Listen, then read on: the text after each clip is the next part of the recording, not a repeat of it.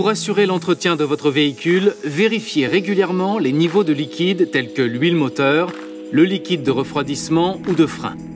Notez que le contrôle des niveaux de liquide doit s'effectuer sur un terrain plat, moteur arrêté et froid.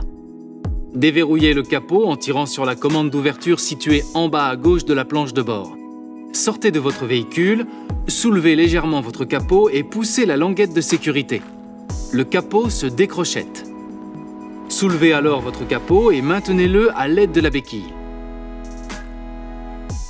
Pour vérifier le niveau d'huile, soulevez cette jauge, essuyez-la, avant de la réintroduire dans son logement jusqu'en butée, puis soulevez la jauge de nouveau. Le niveau d'huile doit se trouver entre les indicateurs mini et maxi. Si le niveau est en dessous du minimum, il faut le réajuster avec une huile ayant les mêmes caractéristiques. Pour compléter le niveau d'huile, dévissez ce bouchon et remplissez. Le réservoir de liquide de refroidissement se trouve ici. Le niveau de liquide doit se situer entre les indicateurs mini et maxi. Complétez le niveau si nécessaire. Pour assurer à votre moteur une protection anti-gel et anti-corrosion du circuit de refroidissement, utilisez uniquement des produits agréés. Le niveau de liquide de frein ne doit jamais descendre sous le repère mini. Pour le réajustement du niveau ou toute intervention sur le système hydraulique, il est préférable de s'adresser à un professionnel.